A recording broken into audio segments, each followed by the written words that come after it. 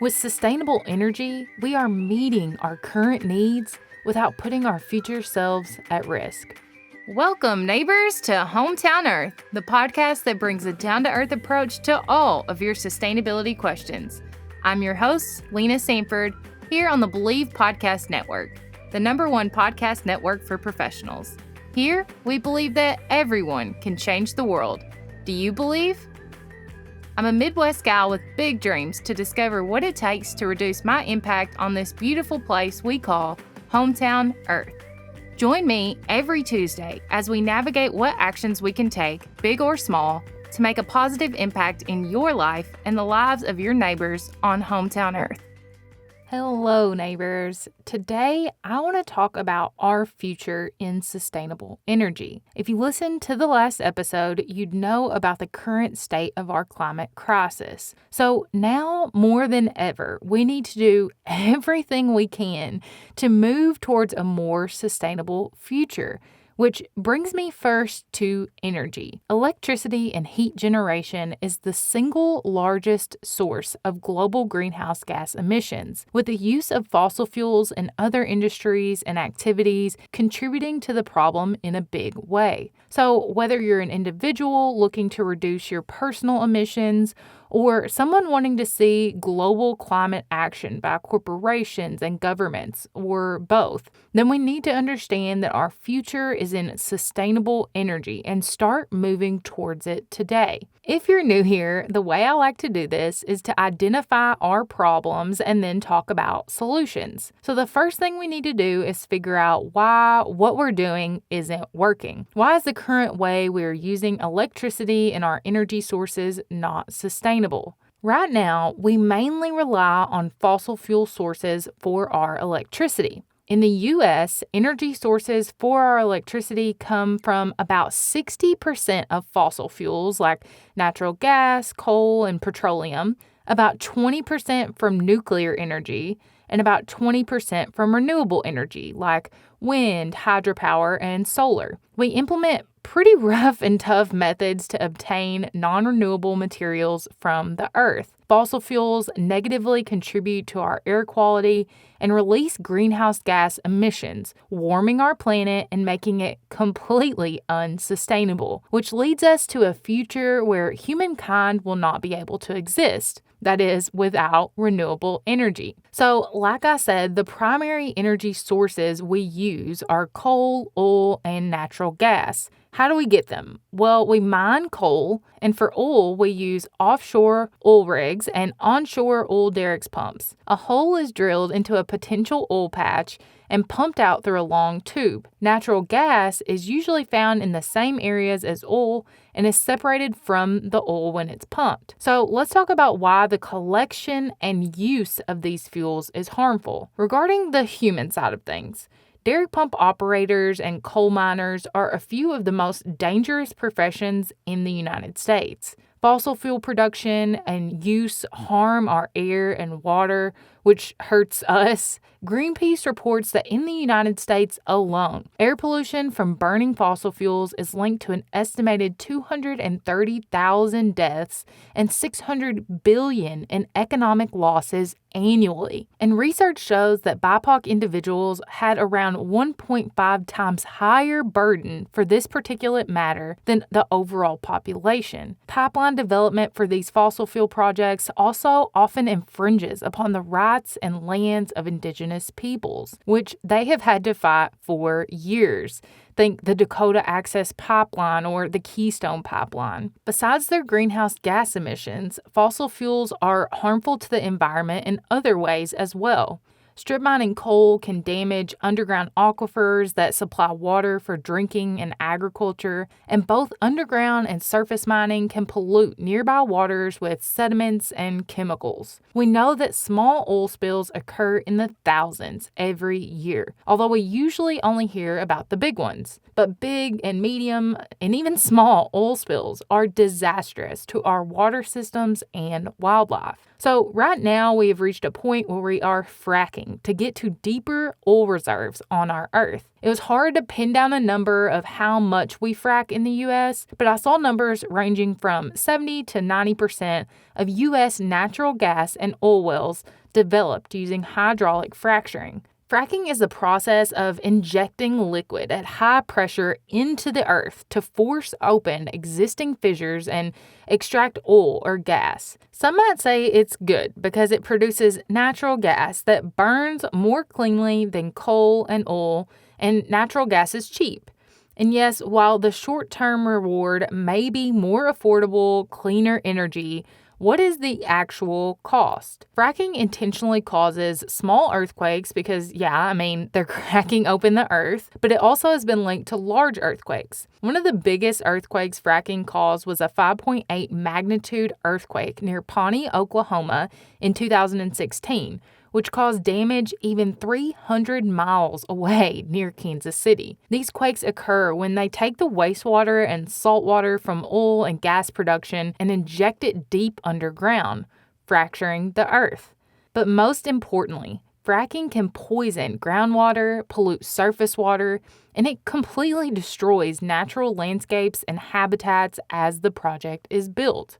So where does sustainable energy come in? Let's define what sustainable energy is. It is any form of energy that is renewable and clean. Renewable meaning that it is not depleted when used, so it's not finite, and clean meaning that it does not emit any carbon dioxide or greenhouse gases into our atmosphere. So sustainable energy is a much better way to coexist with the earth that we live on, because we're not depleting it of precious, finite resources, and its use isn't negatively contributing to the warming of our planet. With sustainable energy, we are meeting our current needs without putting our future selves at risk. The United States is actually the second leading country in terms of installed renewable energy capacity and renewable energy consumption following China, even though we remain heavily on fossil fuels. A study found that renewable energy could help reduce the electricity sector emissions by approximately 81%. My question on this is, instead of going to the secondary source for power, why are we not tapping into the first line, one that is clean and more abundant? When we are using fossil fuels, we are using the power of the sun millions of years in the making. It is all just organic matter that has experienced millions of years of geological and chemical activity underground that we harvest for use. We can use the power of that big bright star hanging out above all of our heads, the sun, right now through solar panels, wind power, and hydropower. The sun causes changes in the earth, which translates into wind power we can harvest. It also causes evaporation and rain collected into rivers and reservoirs that we can harness with turbines, hydropower, and we can harness it directly through solar resources.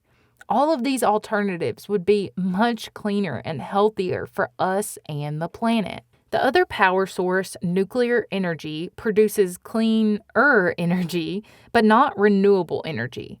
Nuclear energy splits atoms in a reactor to heat water into steam, turning a turbine and generating electricity. It is clean because it produces zero emissions. It also has a small land footprint compared to solar or wind, making it a good option. However, the concern is that uranium used in nuclear energy, although as common as tin, is non-renewable. The process produces waste and poses fears of nuclear plants, causing safety issues. An excellent example of nuclear energy use is in France. France derives about 70% of its electricity from nuclear energy, which results in some of the lowest energy costs in Europe and produces extremely low levels of carbon dioxide emissions per capita. One thing the U.S. has had trouble with is disposing of nuclear waste. France, however, recycles and reprocesses spent fuel. This way, they can recover uranium and plutonium from the used fuel for reuse, reducing waste. There are still small amounts of highly radioactive nuclear waste that come from this process, though, and that need to be appropriately stored and contained so it doesn't hurt people or the environment. Another thing that kind of throws a wrench in all of the nuclear energy debate is how dense it is. One uranium pellet is about an inch tall. NEI reports that all of the used fuel ever produced by the commercial nuclear industry since the late 1950s would cover a whole football field to a height of approximately 10 yards. Now, that might not seem like a lot, but coal plants generate that same amount of waste every hour. So the debate on whether nuclear energy is sustainable is definitely a big question mark. That brings us back to the other sustainable energy sources: wind, solar, hydro, and even biomass or geothermal energy. But for the sake of time, we will just talk about wind, solar, and hydropower though. Let's walk through the pros and cons of each of those, starting with the wind. The wind is the most used energy source for sustainable energy today in the United States. How it works is pretty self-explanatory. The wind blows and turns the blades, which produces mechanical energy that we convert into electricity with a generator. Wind energy is clean, it has low operating costs and maintenance, and if planned properly, the land that wind turbines sit on can also be used for farming. The downside of wind energy is that it is intermittent, meaning if the wind isn't blowing, there is no power generated. They are visually unattractive, can be noisy, and they are harmful to birds and bats. When developing wind further, we need to make sure we efficiently use space and implement energy storage of some kind so the power is more reliable. Next up on our list is solar. I am equally terrified and appreciative of the sun as it can work with us or against us. The pros of solar are that it works in many different climates. It is becoming much more affordable, surprisingly durable, and solar can give back to the entire energy grid, meaning there is less dependence on each person implementing solar. You can even get paid from electrical companies for the energy you provide to the grid. But storing large amounts of this energy is difficult, especially as an individual. And usually the electricity produced is used in real time. Installing solar that you can use to power your entire home usually requires a professional to come in and do it for you, and it takes many acres of land to get larger scale solar facilities in place. Another consideration is water use. PV solar panels require no water, while CSP or concentrating solar power uses thermal energy and has to have water to be cooled, causing issues in areas that experience drought. But CSP is easier to store and can be used day and night. And finally, solar panels are made with hazardous materials and chemicals that could pose serious environmental and public health threats if not handled or disposed of properly. We need to continue to make solar widespread and available to use for everyone, and create regulations on disposal or recycling to make this a more viable option. Third on the list is hydropower, or hydroelectric power, which creates power when water flows through blades in a turbine to produce electricity. Hydropower is the world's largest source of renewable power generation. The biggest hydroelectric power plant is the Three Gorges Dam, located in central China, with a capacity of 22.5 gigawatts. If you're trying to wrap your head around how much 22.5 gigawatts could power, about 1 gigawatt is the equivalent power of 3.25 million PV solar panels, or 412 utility-scale wind turbines, or even 110 million LED lights. So hydropower can create some real juice, and it is incredibly efficient compared to other forms of sustainable energy. It is also clean, renewable, low maintenance, and economical for many countries, even remote ones. But there's always a but. Hydropower has an environmental impact still. It is costly to build these dams initially, and to get them built involves disrupting habitats, land, and people. They can flood certain areas and block fish and other wildlife from migrating in the waters. These hydropower plants cause ocean stratification, eutrophication, and thermal pollution, disrupting ecosystems entirely. Finally, millions of people from global indigenous populations in developing countries have lost their homes, communities, and livelihoods. Indigenous people have been cleared out of their native lands to make way for these large-scale hydropower operations. More planning and consideration needs to go into building hydropower stations to make them safer for the environment. And Indigenous communities need to be involved in the planning stages and justly compensated if they are affected. Overall, considering the pros and cons, I believe that renewable energy absolutely blows fossil fuel energy out of the water. I'm confident that if we continue to invest in renewable energy, we have the power to correct some of the problems surrounding it, making it an even better option for a sustainable future. So, say we continue to switch to sustainable energy. Can it power the United States? After reading through a few different studies and articles, I'll say the answer is yes. One study by the National Renewable Energy Laboratory reports their findings that renewable electricity generation from technologies that are commercially available today and in combination with a more flexible electric system is more than adequate to supply 80% of total U.S. electricity generation in 2050 while meeting electricity demand on an hourly basis in every region of the United States. They also note that we need to continue to make systems that are more flexible through technology advances, new ways of operating, evolved business models, and new market rules, all of which will take an effort by policymakers and our government. Using varied sources of renewable energy in conjunction with one another will allow us to support ourselves while reducing greenhouse gas emissions, pollution, and water use. We need to start minimizing our dependence on fossil fuels through conservation efforts and education on using our energy more sustainably. We also need to continue to develop the management technology and infrastructure for renewable resources to ensure a smooth transition.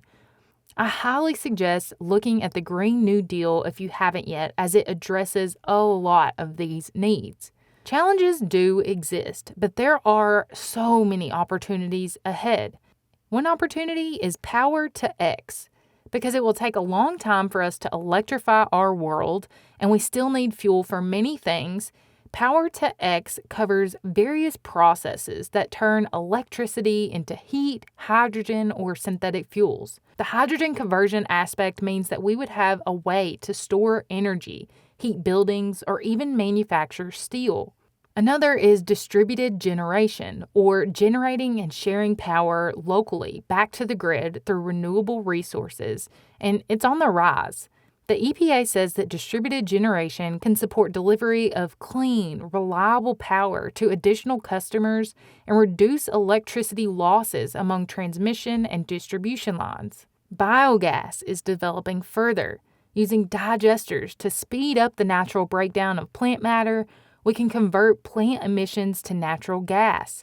Biomass is a renewable energy source and can power engines and homes, while the plant matter left behind can be used in agriculture. And finally, there will be many opportunities for new green jobs.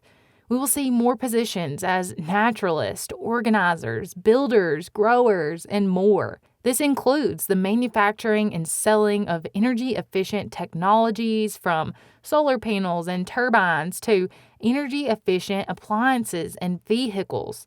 There will be jobs in energy storage and management, and even more jobs that help nurture individuals like care workers or develop our technologies further like scientists and engineers. Renewable energy has created hundreds of thousands of jobs already, and that number will continue to explode with growth in the sector. For this week's Something to Grow On, I want you to allow yourself to have some fun and some hope.